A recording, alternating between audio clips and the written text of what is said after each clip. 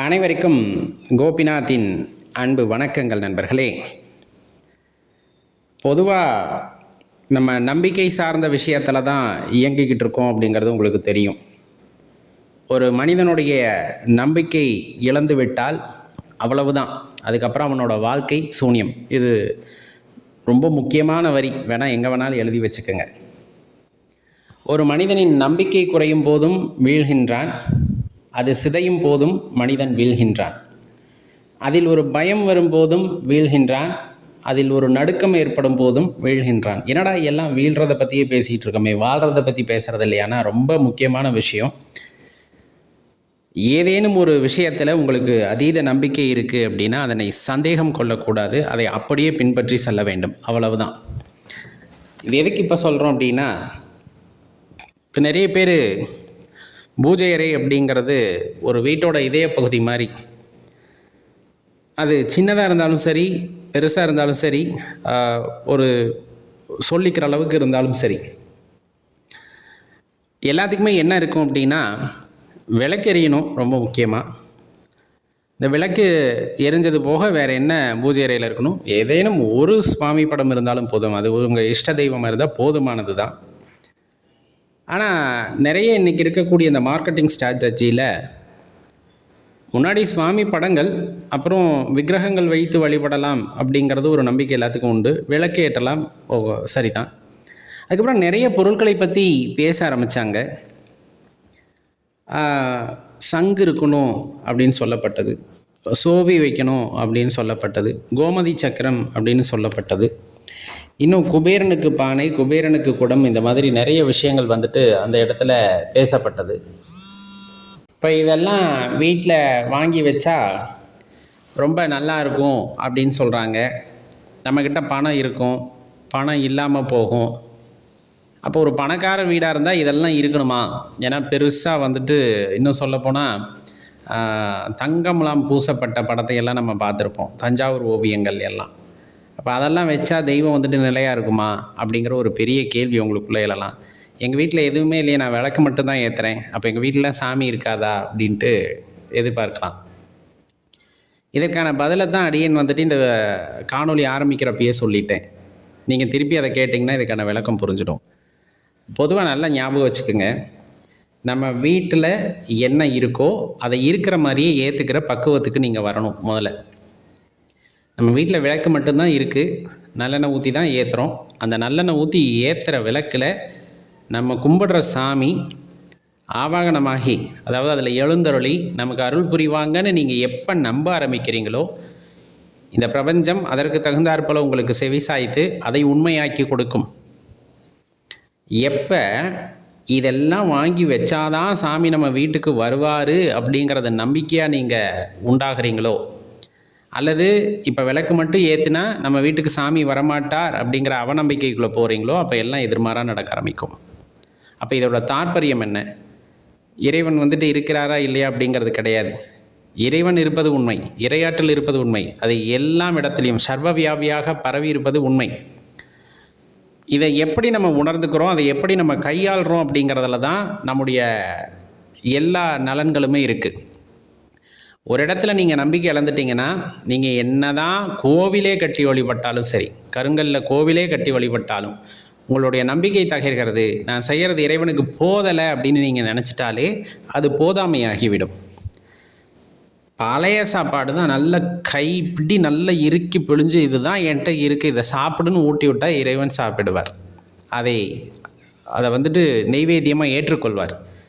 இந்த தாற்பயத்தை நம்ம எப்போ புரிஞ்சுக்கிறோமோ, அந்த புரிஞ்சுக்கிட்ட சமயத்தில் நம்மளுக்கு ஒரு விழிப்புணர்வு உண்டாகும். அப்போ அந்த இறை ஆற்றல்களை பற்றி உணர்ந்து கொள்ள ஆரம்பிப்போம். அப்போ உங்களுக்கு எதுவுமே தேவையில்லை. எதுவுமேனா ஆடம்பரமாக இறைவனுக்கு எதுவுமே தேவையில்லை. என்ன அவர் படைச்சதை தூக்கி நம்ம திருப்பி கொடுக்குறதுனால அவர் சந்தோஷப்பட போகிறாரா என்ன? அப்படிலாம் கிடையாது. நம்மளுமே ஆரம்ப கட்டத்தில் அறகுறையான புரிதல் இருந்தப்போ சில வீடியோக்களை பதிவிட்டது உண்டு, இது வைங்க அதை வைங்க அப்படின்ட்டு. அதுக்கப்புறம் படிப்படியாக அடியேனுக்கு ஒரு சின்ன ஒரு தெளிவு கிடைத்ததன் மூலமாக தான் உணர்ந்து கொண்டது, ஆலயங்களுக்கு போய் வழிபடும் போது அந்த ஆற்றலை நம்மால் உட்கிரகிக்க முடிகிறது. எப்போ அப்படின்னா, நம்ம மனசு நிம்மதியாக இருக்கணும், சந்தோஷமாக இருக்கணும். நான் இப்போ உணரப் போகிறேன், எனக்கு உணர்றதுக்கான அந்த வாய்ப்பு கிடச்சிருக்கு அப்படின்னு நினைக்கும் போது அந்த இறையாற்றலை உணர முடிகிறது. ஒரு குழப்பத்தில் போகிறோம், கஷ்டத்தில் போகிறோம் அப்படிங்கிற பட்சத்தில் அந்த இறையாற்றல் அங்கே இருப்பதை உணர்ந்து கொள்ள முடியலை. இப்போ என்னால் உணர்ந்து கொள்ள முடியல அப்படிங்கிறதுக்காக இறைவன் இல்லை அப்படின்னு சொல்ல முடியாது இல்லையா? அதே போல் தான் வீட்டில் இந்த பொருள்லாம் வாங்கி வைக்கலைன்னா இங்கே இறைவன் எழுந்தருள மாட்டார், எனக்கு அருள் புரிய மாட்டார் அப்படின்னு நினச்சா அது நம்மளுடைய மடமை. எதுவுமே இல்லைனாலும் விளக்கு மட்டும் எரியுது, அதில் எழுந்தருளி ஆவாகனமாகி அடியேனுக்கு இறைவன் அருள் புரிகிறார் அப்படிங்கிற நம்பிக்கை எப்போ உங்களுக்குள்ளே வந்துடுதோ, அப்போ சாட்சாத் அந்த வீட்டில் அவர் எழுந்தருளி உங்களுக்கு வேண்டுவனவற்றை செய்வார் அப்படின்னா அதில் கொஞ்சம் கூட நீங்கள் சந்தேகம் கொள்ள தேவையில்லை. தெளிவாக இருக்கணும். வாழ்க்கை என்பது ஒரு முறை நமக்கு கிடைத்து விட்டது. அதில் நம்ம எப்படி வாழ போகிறோம் அப்படிங்கிறது நம்ம தேர்ந்தெடுக்கக்கூடியது. பூஜை அறை ரொம்ப முக்கியம்தான். சொல்லுவாங்களே, இதயம் மாதிரி, ஒரு வீட்டோட இதயம் மாதிரி. அது எப்பவும் சுத்தமாக இருக்கணும், எப்பவும் கலப்பு இல்லாமல் இருக்கணும். அந்த தெளிவு உங்களுக்குள்ளே இருந்துச்சு அப்படின்னா அந்த பூஜை அறை உங்கள் வீட்டில் எல்லா அறைகள்லேயும் ஒரு நேர்மறை ஆற்றலை பரவச் செய்யும். இந்த நேர்மறை ஆற்றல் இருக்குது அப்படின்னா அந்த வீடே கோவிலாக மாறும். அதுதான் ரொம்ப முக்கியம். அப்போ வாசனையான பொருட்களை பயன்படுத்த வேண்டுமா? இருந்தால் பயன்படுத்துங்க. அப்போ சாம்பிராணி போட வேண்டாம், பத்தி போட வேண்டாம், இருந்தால் போடுங்க. இருந்தால் அந்த வாசம் உங்களுக்கு பிடிக்குது அப்படின்னா, மனம் மகிழ்ச்சி ஆகிறது, மனம் தெளிவடைகிறதுனா அதை பயன்படுத்துங்க. சில பேர்த்துக்கு புகை அலர்ஜியாக இருக்கும், அவங்க சாம்பிராணியை போட்டு இருமிக்கிட்டு தூமிக்கிட்டு தான் கிடக்கணும். காற்றில் இருக்கக்கூடிய நுண்கிருமிகள் அழிவதற்காக அந்த சாம்பிராணி புகை பயன்படுத்துவாங்க.